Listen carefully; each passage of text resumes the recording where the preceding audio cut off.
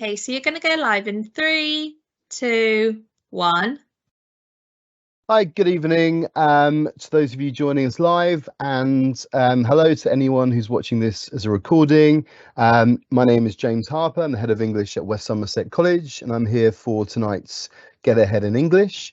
We're going to do, for the last set of Get Aheads this term, we're going to do some what I call poetry masterclasses, which sounds very grand, but really it's doing the basics really well. On some of the poems in the Power and Conflicts cluster for AQA that sometimes students and teachers don't like, or they leave till the end.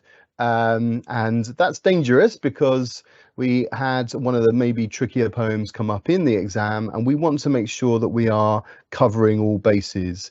So tonight we're going to look at William Wordsworth's The Prelude, Stealing a Boat, the extract from. And what I'm going to do with the session is I'm going to talk you through the poem. We'll go through it line by line, but we won't spend ages on every little thing. We'll look at the main things that you need to discuss, and then maybe have a look at the end of the session at some important context and some eye-opening ideas that will, I'm sure, reinforce things your teachers have told you. So one last introduction again, it's me, James Harper, Head of English at West Somerset. Any questions? I know we had some technical issues getting the session up running live, but I think we are live now. If you have any questions, please fire them through. And obviously, if you are watching this as a recording, you've got the luxury of pausing and stopping at certain points where you want to reflect on things, or if I'm going too quickly. The first thing I'd suggest, if you are able to, is to grab yourself a copy of the poem, because running a session like this from PowerPoint about a specific set text is quite tricky if you don't have the text in front of you. So my absolutely number one piece of advice now is to grab a copy of the poem, or find it online if you're lucky to have more than one device, and make sure you're grabbing the right bit. So it's extract from the Prelude as in the AQA anthology, also known as Stealing a Boat, by William Wordsworth, 1850. All right, so my job today is pretty straightforward. Reading first, let's look at the basics and make sure that we understand those before we move on. A little bit about the poets. I'm not going to do too much now on this, but William Wordsworth, one of the great Romantic poets, born 1770, died 1850. Lots you can say about that era. I'm sure Industrial Revolution, French Revolution, Napoleonic Wars, lots of questioning of class and society, religion, and Wordsworth was one of the key figures of what's known as the Romantic movement. Spent most of his adult life living in the English Lake Districts up near Keswick in Cumbria. Credited alongside Coleridge. If you're watching this in West Somerset, then you might know Samuel Taylor Coleridge. He was from this area, or certainly spent much of his time in this area, loved this area deeply. He is credited, Wordsworth, alongside Coleridge, in starting the English Romantic movement. Particularly interested in the natural beauty of the English countryside, as you would expect from Romantic, particularly the Cumbrian landscape. Became poet laureate in 1843. There are, I think, I'm probably wrong, but I think 4 poet laureates in the anthology. Poet laureate means a title that's given to maybe one of the foremost poets of the time by the king or queen, and they are given certain privileges and commands, I guess, to write poetry about specific things. So he became poet laureate in 1843, 7 years before his death, so a fairly old man at the time. And I think interesting that he became poet laureate, accepted that title, I think slightly begrudgingly, reluctantly, because the Romantic movement obviously would have challenged certain things about state and control, but it gave him the opportunity to voice his ideas on a bigger stage. Interestingly, Alfred Lord Tennyson, who's also in the anthology, having written The Charge of the Light Brigade, is the next poet laureate. So we get those two, and then much later, fast forward all the way through to our poet laureates of the modern age, Simon Armitage and Carol Ann Duffy, who are also in the anthology. So I'm going to read the poem to you, which you might appreciate or you might not, but you can read it to yourselves if you prefer. I think it's important that we know a little bit about the background. So it's an extract, and if you've got the right poem in front of you or right extracts in front of you, it's about 80 lines long, and it's from the first of 14 books. So be grateful you don't have to study 14 books of the Prelude. It's really good, but yeah, it's a bit of a poet lover's niche, and it's called it was a dare actually that Coleridge gave Wordsworth. Can you write the story of your life in verse form? And the Prelude was supposed to tell the story of Wordsworth's life. Now, perhaps appropriately, he died before it was completed, and spent a lot of time revising what he'd written. So we end up with a version that we're reading that was published in 1850, right at the end of his life. But actually, this portion of the poetry was actually started way back in 1818, I think, and has been revised subsequently. You can find the original versions online. Like other romantics, Wordsworth was interested in the connection between man and nature, as well as in innocence and experience. William Blake, Percy Shelley are both romantic poets. Blake is particularly interesting in relation to this poem. Maybe we have time, we'll look at that later on.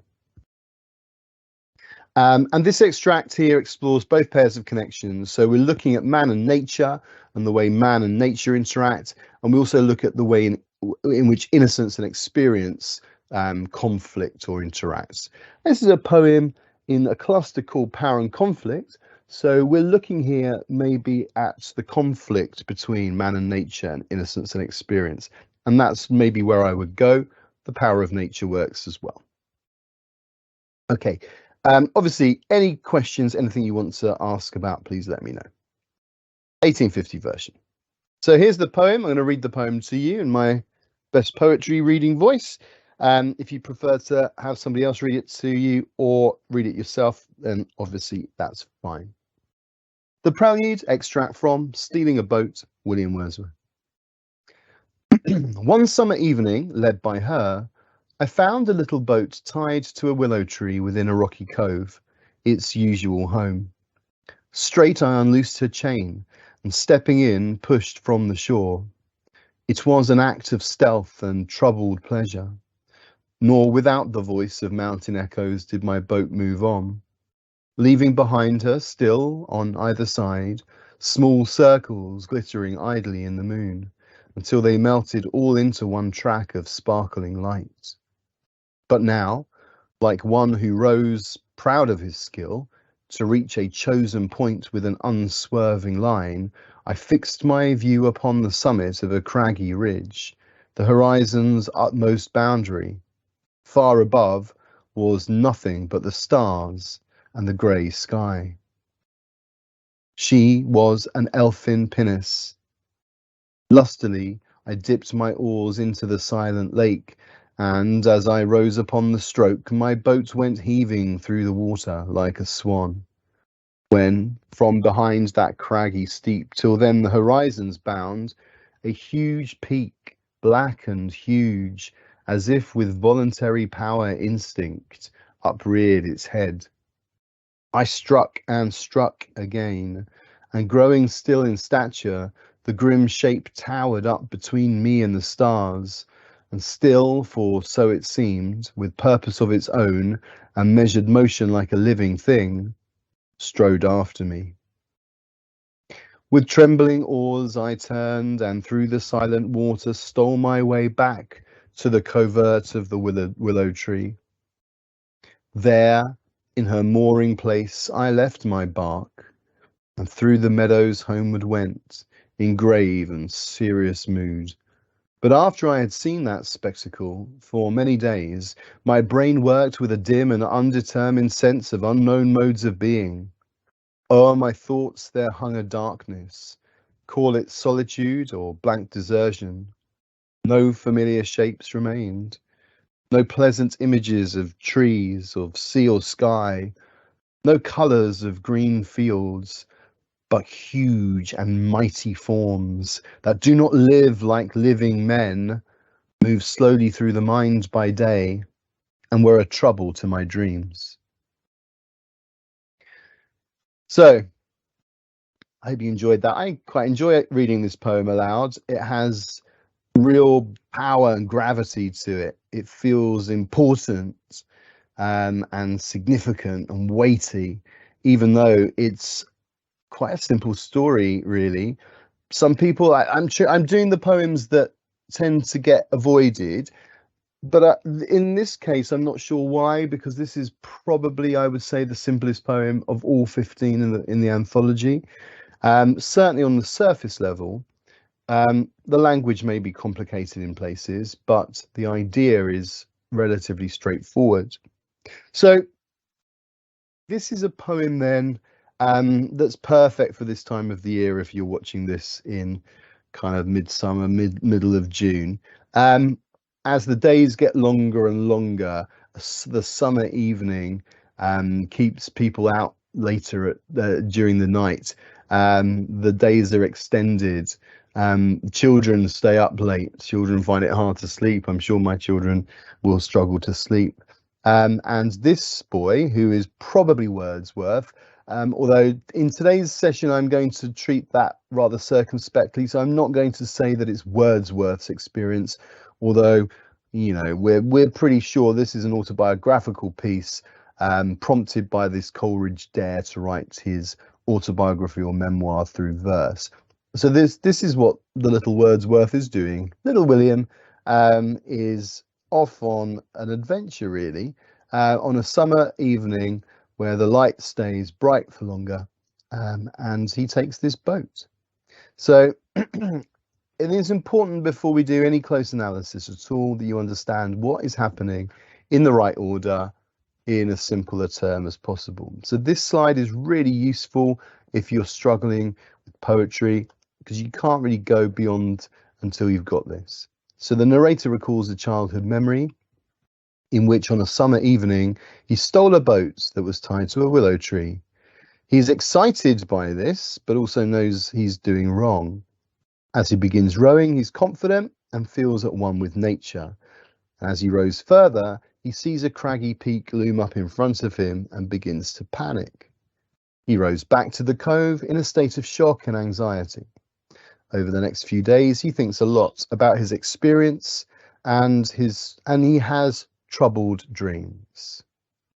Okay, so what we'll do is we'll move on now to a close analysis of the poem. So what I've tried to do is chop the poem up in the most sensible way possible, which isn't always easy, and to add some notes. So I'll talk through my notes. So this will take up the majority of the session. Then we'll have some time to reflect. So the poem begins rather lugubriously, in the sense that it's quite slow and languid. Summer evening. Very important that we see the summer evening as an opportunity for perhaps this boy who, I don't know how old he is, let's say somewhere between 8 and 10, is able to kind of escape the clutches of bed and take himself off. Notice the led by her in brackets. So we call that parenthesis, additional information, led by her. Now, if you know the rest of the prelude, or the first few pages or so, you'll see that nature is personified as a female. That's quite a traditional thing to happen anyway. Shakespeare does it regularly. I think Homer does it as well. So this is a tradition that dates back many centuries, really. So we've got this sense here of personification. Nature leads the boy out. He's almost led out to the boat. Typical of romantic poetry as well. So we could make a point about that in an exam, about the power of nature, perhaps, that it's alluring, or that it has this ability to pull people into its power. He found a little boat tied to a willow tree within a rocky cove, its usual home. So this is not a boat necessarily that demanded to be seen or wanted to be taken or used, if you see what I mean. It's inside a rocky cove. It's tucked away. Perhaps the boy says he found it, but perhaps the boy knew it existed, and is using the word rather liberally. Its usual home. This is where the boat belongs, and the boat is now going to be taken. First interesting thing here to spot is that not only nature is personified as female, but the boat is too.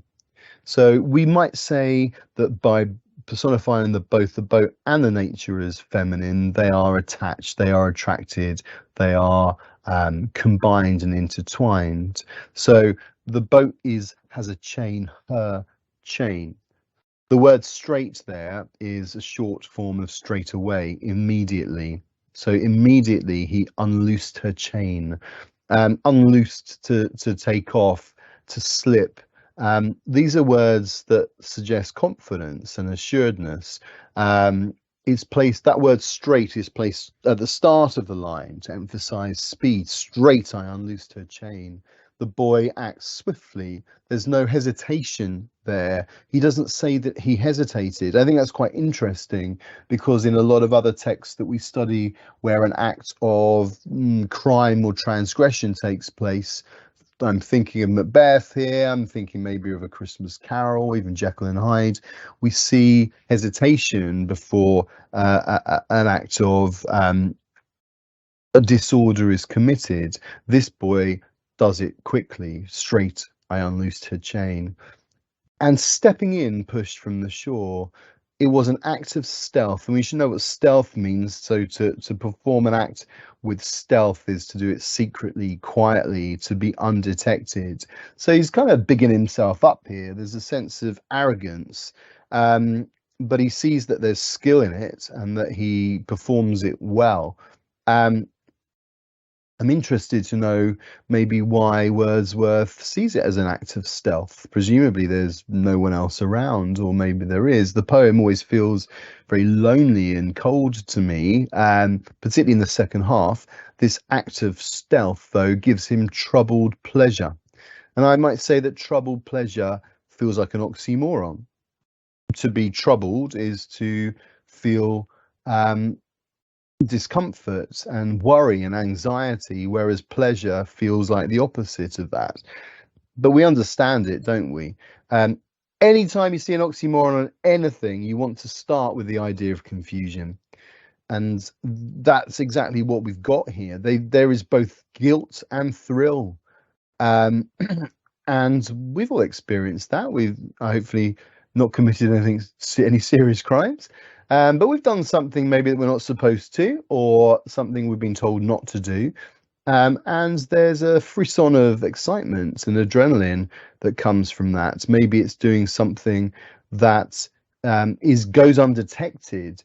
That's something important. This boy, though, feels as if his guilt has been discovered, that his crime is discovered later on. So perhaps he's right to feel that sense of anxiety. So it was an act of stealth and troubled pleasure, nor without the voice of mountain echoes did my boat move on. So a complicated phrasing that. He doesn't need any sound to drive his boat on here. All he needs to do is be as one with the boats. Mountain echoes. So at the moment, he sees no mountain. He sees no sense of that. So this is effectively a foreshadowing of what comes later in the poem. Of course, hindsight is a wonderful thing, and that's exactly what Wordsworth is using here as he steps in and takes the boat. At this point, there's calm and there's silence. He doesn't need any additional help or support, and he's not worried or anxious about anything other than that slight sense of thrill that comes from the theft. So the boat's moving.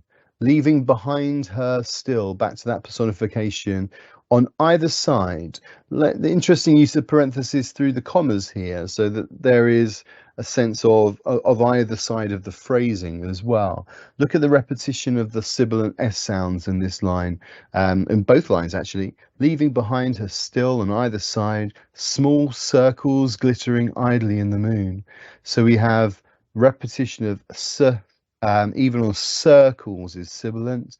And we've also got other words that have this kind of soft, gentle, lilting sound, this L sound, and that is something that we might suggest conveys beauty and quietness and calm. Assonance as well. Look at some of those long vowels. So we've got small circles glittering idly. The word idly, that adverb, is particularly languid, isn't it? It has a long drawn out sound quality to it. In the moon. So look at the beauty in that line. Small circles glittering idly in the moon. It's a pastoral image. It's an image of grace and of beauty. But it's obvious then that the daylight is fading by this point, and you know the moon is clearly stronger perhaps than the sun. So time passing might be something you could write about. See how difficult it was for me to split the poem. Leaving behind us still on either side, small circles glittering idly in the moon, until they melted all into one track of sparkling lights. More L's. The word melted here is this kind of moment of symbiosis, this moment of the two coming together.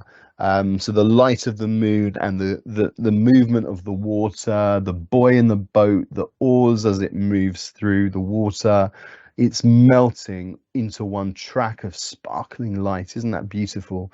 But also transient and singular. So there's a sense that this is a moment that won't last, that this track of sparkling light as the water moves through and the reflection of the moon is something that is temporary.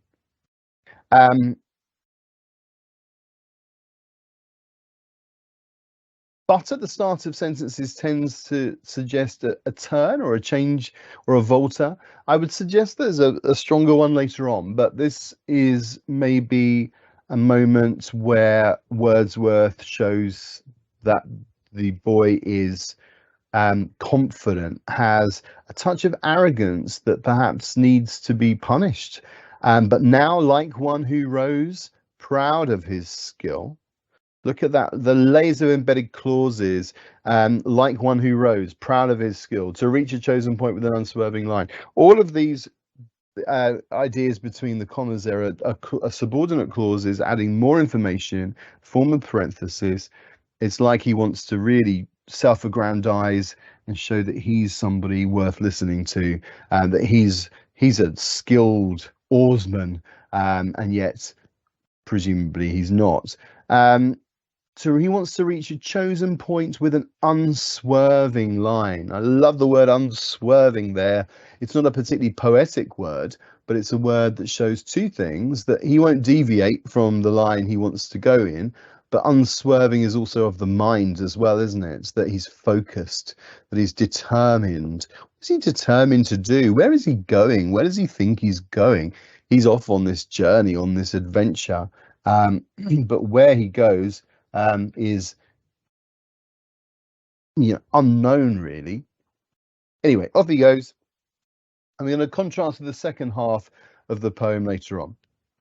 I fixed my view upon the summit of a craggy ridge, the horizon's utmost boundary. Far above was nothing but the stars and the grey sky. So this little bit is all about size. And emptiness. Look at the language here. So he fixes his eyes upon the summit of a craggy ridge, a hill, a geographical feature, not something particularly important. But as you row, of course, you row away from where you were, and you're able to see you see backwards effectively. You see where you've come from. But as you row further away from where you've come from, new things will appear. And he sees the craggy ridge, and he considers that to be the horizon's utmost boundary. That's the edge. That's the point on which his gaze is fixed. And then he also looks up at the sky. Far above us, nothing but the stars in the grey sky. Peace, emptiness. Maybe the last moment in the poem of purity and of quiet. Emptiness and isolation, though. Is there something slightly darkening here? The word grey, boundary. His scope is limited, right? Or he can't see beyond where he's come. And I think that might be quite an interesting thing to look at later if we have time. This idea of a metaphor. As he rows away, he's rowing away presumably from home, and yet he sees where he's come from all the time. So his view, which is familiar at this point and is comforting and gives him some sense of comfort, and yet he's rowing away from it. So he's moving towards a place of new discovery. But he's going to find out that there's a place of new discovery where he's come from, that there are things that he doesn't realize or understand about his life and his mortality. So he fixes on the farthest point that he can see at this point, and that is familiar for him. Now, rather than begin to focus more on his destination, he focuses on the boat. And this is interesting, this bit. So she was an elfin pinnace. So an elf, the word elfin, like an elf or a fairy, magical, otherworldly. Pinnace, the word pinnace simply means a small kind of fishing boat. It's a small boat. It's something that is very kind of insubstantial, really. He's taken it on this journey.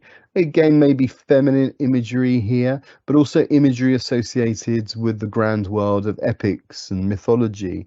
So you might want to look at how this feels rather mystical at this point and magical. And some of the other language in the poem suggests exactly that as well. And the contrast with the adverb lustily, meaning with vigor, with intensity.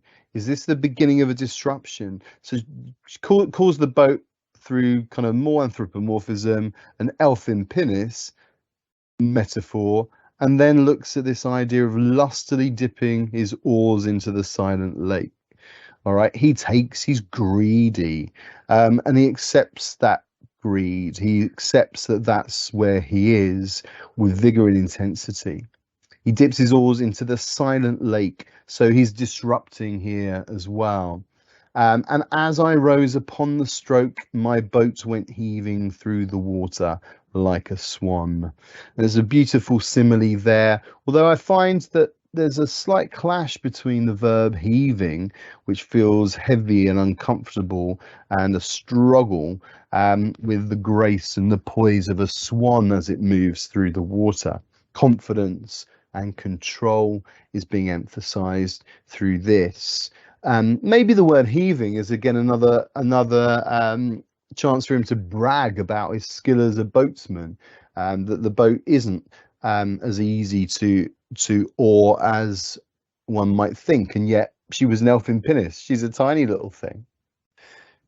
There's certainly a valid reading of this part of the poem with some sexual connotations, and I certainly taught that before, and this is a coming of age poem. I think it works, but it's probably not the best route through for your exam. There's much more to be said, perhaps, about simply ideas to do with contrast. So this here is what I would consider to be the turning point, or posh word volta, of the poem. As this is the point at which things start to change, or they don't start to change, they change. When? From behind that craggy steep till then the horizon's bound. We know that already. Repeating words and ideas that we already have heard. He decides that he will keep rowing, but then sees over the horizon a new object. And this is how it's described: a huge peak, black and huge. This is a mountain. This is something overwhelming. In the distance, a new horizon, if you like. Look at the language, how beautiful it's been so far. Idyllic, beautifully chosen. The language is gorgeously pastoral, very traditionally romantic. And then suddenly there's a loss of language, repetition, and not repetition perhaps for deliberate impact, but repetition to show that he loses his ability to speak and function properly. The word huge repeated in such close proximity is clearly deliberate by Wordsworth, but doesn't show us that he has control of his language. A huge peak, black and huge, that emphasizes also obviously the darkness and the ugliness, and contrast that with any of the imagery that we've seen so far for lots of marks. So you can show the examiner that you understand how contrast is used here. Now, this bit, as if with voluntary power instinct, I feel that's a bit of a loss of control of language. I've never read any particularly convincing analysis of that phrase, voluntary power instinct. It's like suddenly language has deserted him, and he simply throws down three words that suggest that this mountain has agency, that this mountain is a monster, that it has a threat to it, and a great power. So this is not involuntary, voluntary. The mountain emerges, it uprears its head, and it's coming for him, or he feels it's coming for him. I suppose as you row away from the horizon that he sees, it doesn't look as if it's getting further away. It looks as if it's looming over. So it uprears its head. Again, language of nightmares, language of monsters. And if this is a young child, you know, we've all had nightmares about this sort of thing, I guess, or, you know, monsters coming for us. And this is the language of childhood fear. More repetition. I struck and struck again, but here it shows panic and disorder. Harsh consonant sounds in the k. His instinct is to escape, but instead of striking back or returning or turning around, he strikes and strikes again, sees, if you like, he moves further away from the mountain, but in doing so, he also sees more of the mountain, and it emerges there. So it's an interesting kind of dilemma that he's in. The boy is terrified, and I suppose his natural reaction is, it's not fight or flight, is it? It's a bit of both. So he becomes in kind of almost entrapped or enthralled by what he sees, and growing still in stature, dominating, ever expanding, overwhelming. Look at how different the language here is to the language at the start of the poem, which was beautiful, and expressed his oneness with nature. He now calls it a grim shape. Grim. Look at the contrast with the beautiful imagery we've had of the elfin pinnace of the boat, the graceful swan, and now we see a grim shape. It towered up between him and the stars. So this is like a malign representation of nature. We've got the beauty of the stars, and we've got the beauty of the pastoral, of the countryside, the rocky cove. But now there's a block, there's an obstacle that's come up between him and the sky, and it is this mountain, this idea of separation. Sibilance. Now, sibilance, you probably think English teachers are cheating here by saying sibilance can be one thing or the other, but it can. I mean, sibilance can be a quiet sound this sense of peace and tranquility, but sibilance can also sound ominous. And I think it probably sounds ominous here as it towers up between him and the stars, and still, for so it seemed, with purpose of its own. We really hear this idea of agency and how the mountain has its own power over him and that it's creeping.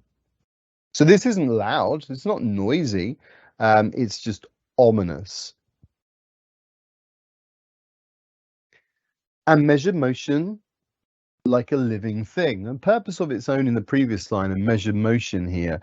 The mountain isn't anxious and frantic. Nature is in control. Nature is an observer, maybe a judge. We'll look at ideas connecting nature to God as well if we have time at the end.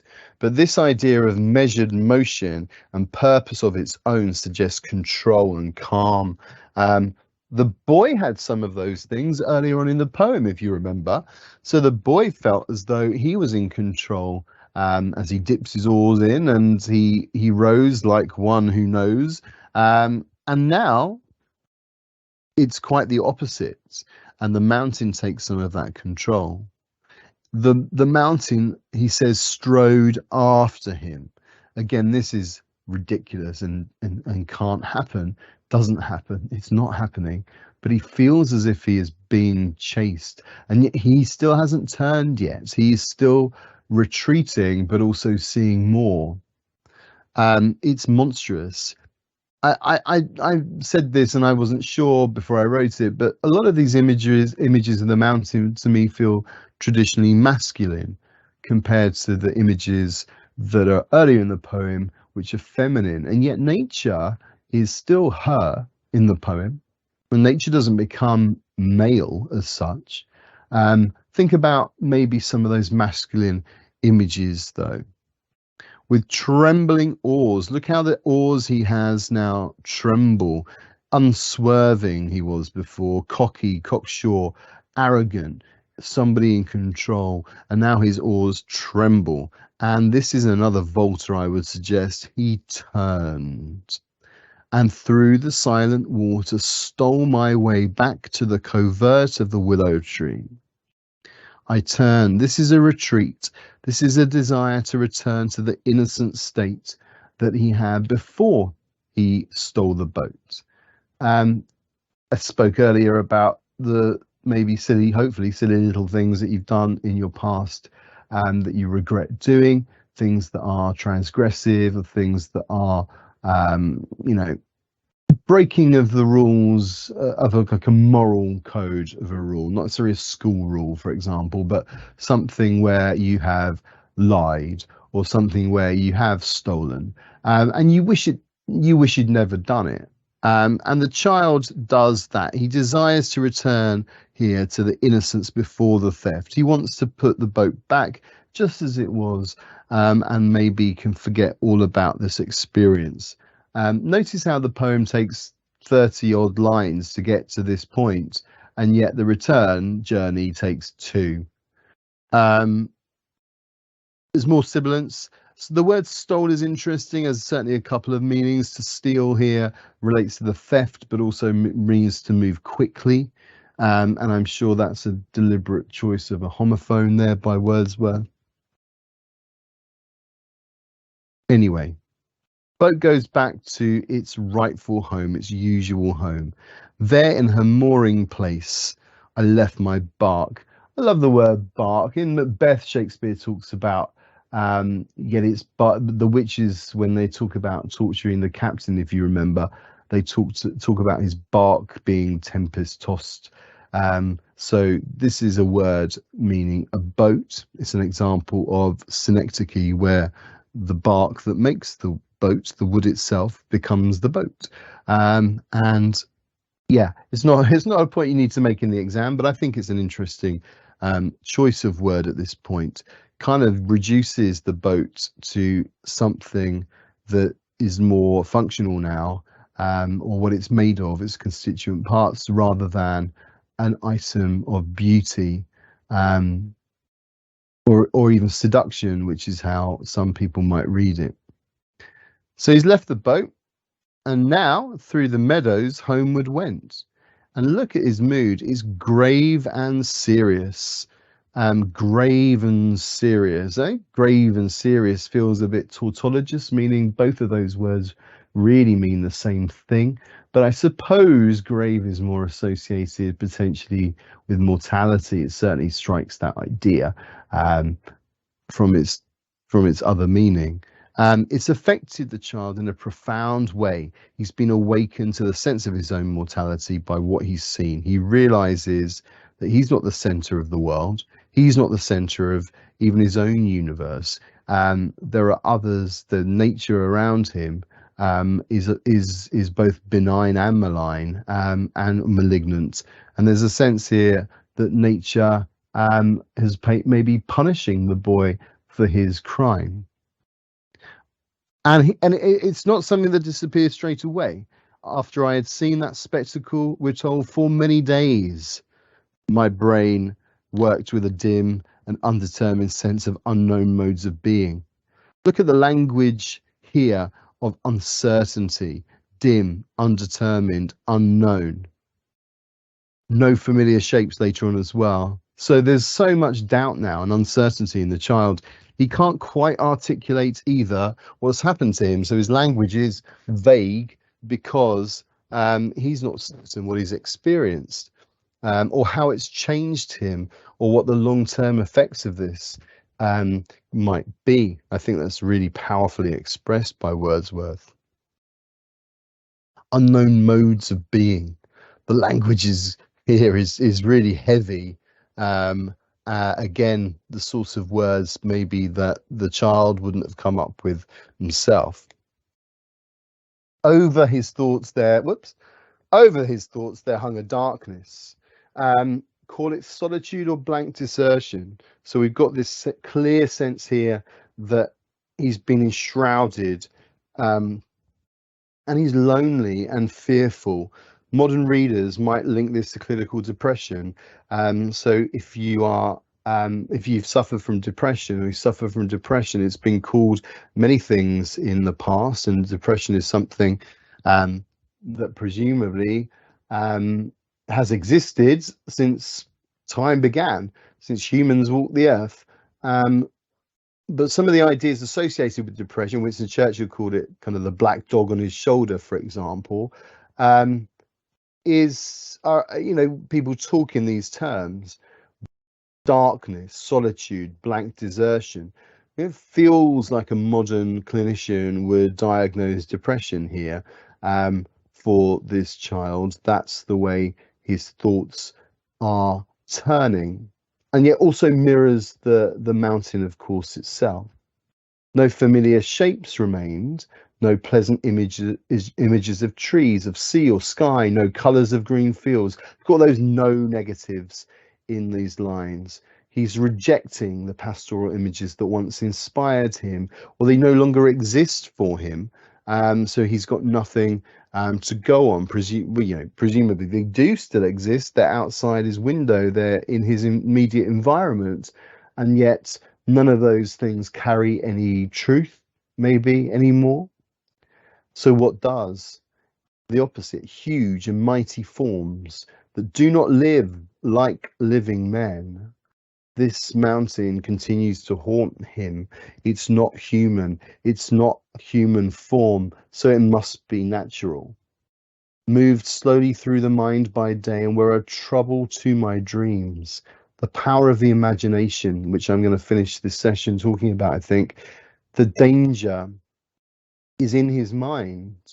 This isn't a real danger. The danger in one's mind is real, of course, but you know what I mean. This is not something that has any great immediate threat at all. It's all part of the mind's working, and his dreams, the dreams that should provide sanctity and should provide some form of escape and the balm to cure hurt minds, is gone. He's suffering in the same way that Macbeth and Other characters, the soldiers in Remains, experience trouble to their dreams as well. Human beings then are powerless in relation to the vastness of nature.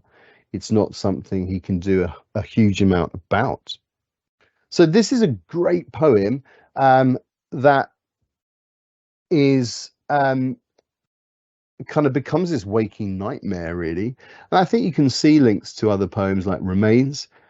Storm on the Island is a good pairing for this one. He's looking again at a huge nothing we fear. The power of nature. I know Storm on the Island has other meanings too, but you could treat it literally and talk about this kind of power of nature over man. So I hope that's been useful. It's been relatively detailed, and you don't need all of those quotes and those ideas, but it's good to have a good overview. So I thought I'd finish, and I've got 5 to 10 minutes, and that's all I really need here, talking about some relevant context. So it's easy to talk about, the poet's background. We've done a little bit of that already. But what's maybe more useful, particularly for grade 9, and I am kind of teaching at that sort of standard here, is to talk about the romantic imagination, the way in which the context informs our reading of the poem. So I don't know if anyone knows anything about the romantic imagination, but it's just a step on from what we were talking about earlier in terms of the romantic movement. So I'll lecture you for another 10 minutes. Unlike the writers and philosophers of the 16th and 17th century, like Locke, for example, who believed that human imagination was like a disease, the romantics of the 18th and 19th centuries were much more interested in how the imagination formed a sense of self. So they believed that it was worthwhile to explore our dreams, for example, and the way in which we made believe and played and invented. You'll note that a lot of 16th and 17th century art and literature is realistic, is hyper-realistic. The 18th and 19th century was a kick against that, really. The Romantics saw the mind as the central point of the human experience and a source of spiritual energy. So they would covet the mind over anything else, and associated ideas like the soul as well, but the mind in particular, human imagination coming from the mind, that's the central point of what makes us human, and also provides spiritual energy. They thought that by exercising one's imagination, that you would have a closer relationship with God. It's the thing that would bring us closer to God, according to the Romantics. Belief in God and what that means has changed so much over the years, and it keeps flip-flopping backwards and forwards and so on as well. But this is an interesting change to what was becoming an increasingly kind of capitalist view of religion. That religion was used as a way to keep oneself clean and pure, and being closer to God meant to do work, and the Romantics kicked against that a little bit and preferred to think about quiet, solitude, peace, and the human imagination as their way to God. And I would say that maybe this is a reaction against the growing belief in science and industrialization. So we might say, for example, then, that Wordsworth presents the child's imagination in the poem as a connection with God. So as he imagines the mountain looming ever larger and uprearing its head, it's a form of punishment for the crime of stealing the boat, which is part of nature, has worked with nature, and so on. We could argue that the boat is man-made, which it is, of course, as well. The romantic imagination is probably most famously captured by this painting. It's called Wanderer Above the Sea of Fog by Caspar Friedrich, in 1818, so roughly the time Wordsworth starting to write. and on the Prelude. So this is a beautiful painting in which we see this figure standing tall and strong in stature, but we can't see his expression notably as he looks out onto a landscape that is covered in fog. It could be a seascape, but presumably not. It's a sea instead of fog. And art scholars might explore, just as we've done with the poem, the connotations of that, how this might work metaphorically. So by contemplating his place in the world, he's also surrounded by the majesty and brutality of nature. At the time, this would have been a really unusual painting, because you'd normally paint either the person or the natural landscape. You wouldn't combine the two together.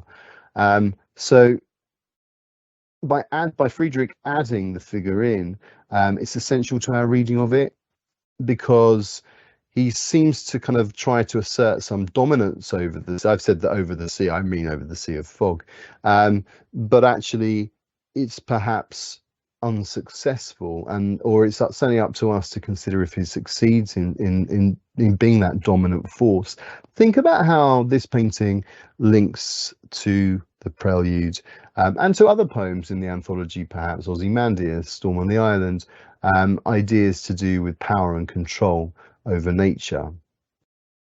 Another one of the most famous of the Romantic painters it was John Constable, the English tradition. Friedrich was German.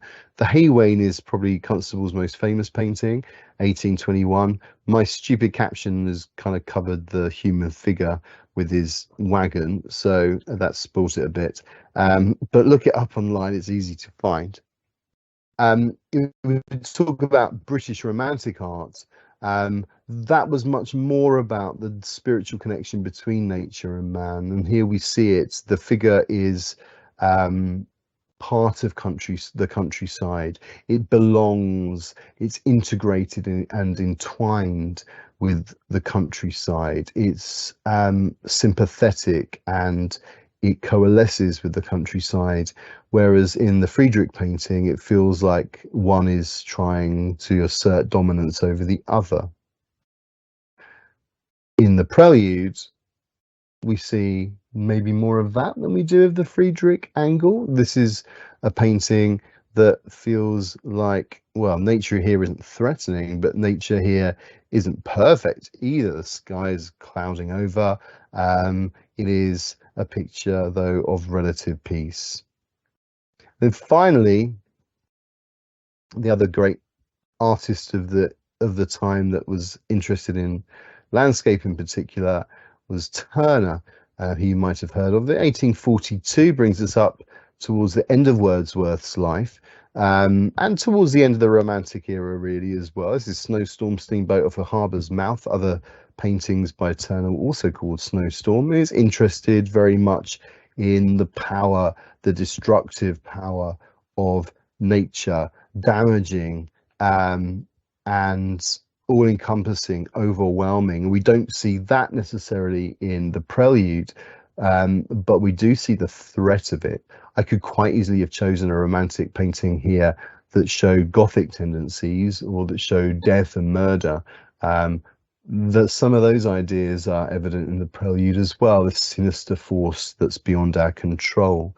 But Turner, very much known for his wild destructive paintings of the full force of nature, I think this one works really well.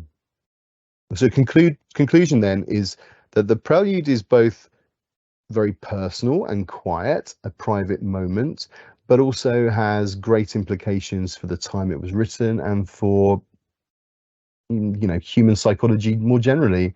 A poem that shows us that as we come of age, as we grow, we shouldn't be so cocksure. We shouldn't be so confident and arrogant to think that we can possess others or possess nature in its at all.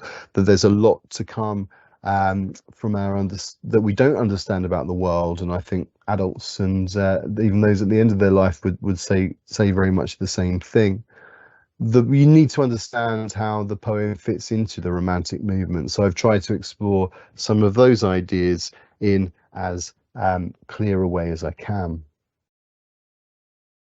I know that we had trouble going live. Olivia, are there any questions at all? My waffle? No questions, sir. Okay, so I'll leave it there for now. But if you do have any questions or comments on a brilliant poem, please drop a line through to us on that email address there at the bottom. Visit the Get Ahead website to hear some of our other recordings, and do get ahead with your English study for exams and for enrichment as well. So thanks very much indeed. Thank you.